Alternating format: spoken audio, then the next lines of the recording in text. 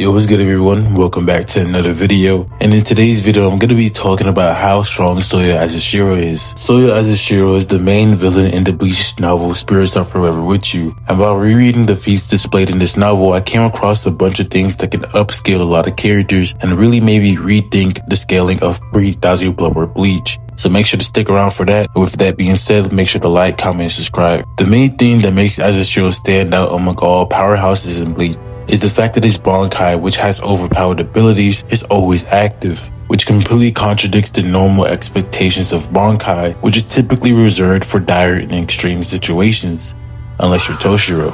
Azashiro grew up in a time where the noble families were constantly at each other's throats, consistently killing, backstabbing, and destroying each other for more power and status. His Zanpakuto spirit, Uruzakuro, first manifested when he was a child. Soya was a part of the Azashiro clan, which was sentenced to death by fighting hollows. And because the clan was so weak due to their reliance on wealth and status, they were ultimately slaughtered except for Soya and his sister. His sister, who was training to be a Shinigami, ended up dying in a pit with the last hollows to save her brother. Even though that was the last of the hollows, the opposing nobles still sent more hollows in to kill Soya. This caused Azashiro to mentally snap, and this is the first time his Zanpakuto spirit manifested its power to protect him. Almost as if the Bankai was a representation of his lost sister, it ended up killing all the hollows and nobles around, which allowed him to escape, and from that moment he never deactivated his Bankai.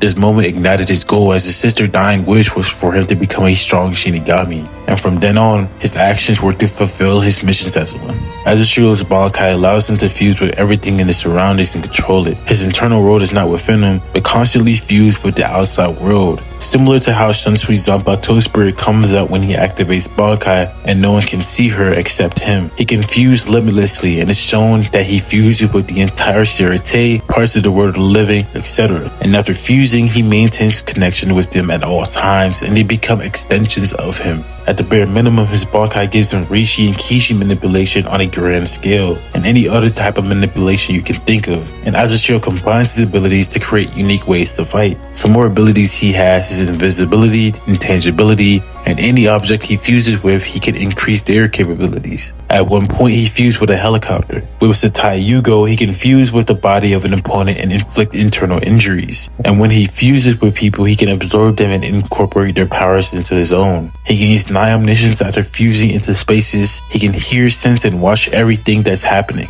Due to this hyper-awareness, he has the ability to be aware of illusions cast upon him. Azashiro can also teleport to anything he's merged to. Now that I've gone over his Bankai, let's take a look at the feats he's able to pull off with it. To begin, he fought and defeated the 7th Kenpachi, Kurashiki, who was considered the strongest captain at that time, barring Yamamoto and Unohana. Kurashiki was 100% considered stronger than Shunshui, or strong enough to be recruited to join Squad Zero. As it stated, he had the power comparable to a Squad Zero captain. After Azashiro became a captain, he suggested an idea to use his power to alter Rukungai citizens into strong soldiers. Those soldiers would then be used to invade Hueco and kill all hollows. Central 46 sarcastically authorized his plan, thinking it wouldn't work, but Azashiro did end up succeeding, and seeing this, Central 46 lied about authorizing the plan and branded him as a criminal. Azashiro said he would continue his plan anyways. All captain level Shinigami tried to capture him but failed in doing so, leading to the intervention of Squad Zero. Because he realized even the Soul King rejected his plans, he decided to surrender and was sentenced to Mugen after that. Later on, Azashiro goes on to fight and damage Kenpachi Azashiro, a Kenpachi who was stronger than 30% Saiyan at the time. That Saiyan was able to fire a Zero that shook the entirety of Hueco. Now, if you see my previous scaling videos, you would know that Hueco is consistently implied to have an infinite amount of Rishi matter. Bloodborne is consistently stated to be able to produce his soldiers without limit and have an endless supply of soldiers due to sucking up the Rishi within Hueco. In order for Bloodborne to have an infinite supply of soldiers, he would need to be able to draw from an infinite source, that being Hueco Rishi. This was backed up by Tokinada stating there is a ceaseless supply of Rishi within Hueco. And with all that being said, that means that the feat of seeing being able to shake this realm with simply a Zero is comparable to Goku shaking the infinite void in Dragon Ball Super. Moving on, Zaraki and Sien during the battle was causing cracks and tears in space-time and constantly affecting the Garganta due to their attacks and immense Ryatsu. Azashiro launched hundreds of Ito Castle on Zaraki that were able to scorch the walls of space-time. It's consistently seen as Zaraki, Soya, and Sien were damaging and manipulating space-time as if it were cardboard or something like that.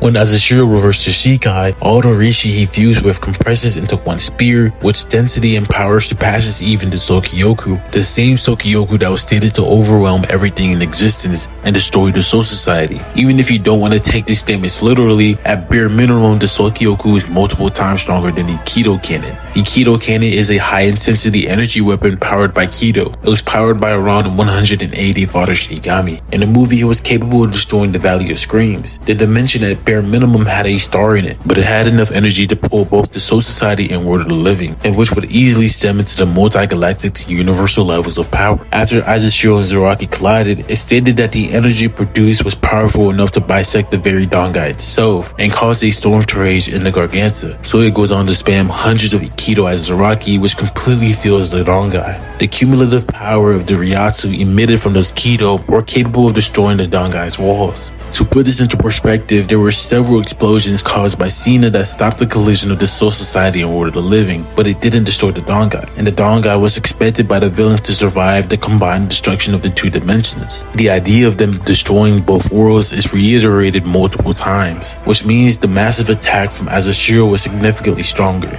All in all, the feats that happened during this fight was something you would expect out of a Dragon Ball movie. Azashiro and everyone else was moving wild. At bare minimum, Azashiro easily reaches into the Universal Plus tier simply due to being able to destroy the Bankai, a dimension that is stated on various occasions to be a hyperspace and is surrounded by layers upon layers of time.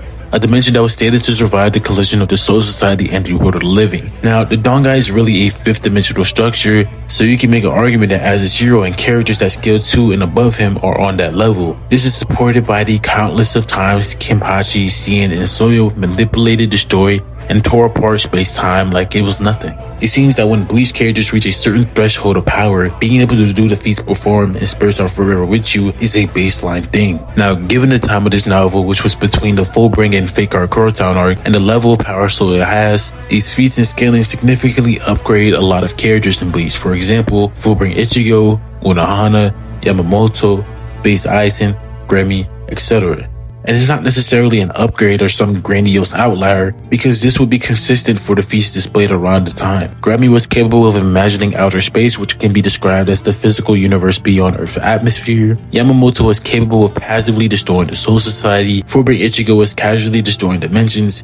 It's clear as day that this is the level of power these characters are at this point in the story. With that being said, I hope you enjoyed this video. If you did, make sure to like, comment, subscribe, and I'll see y'all next video.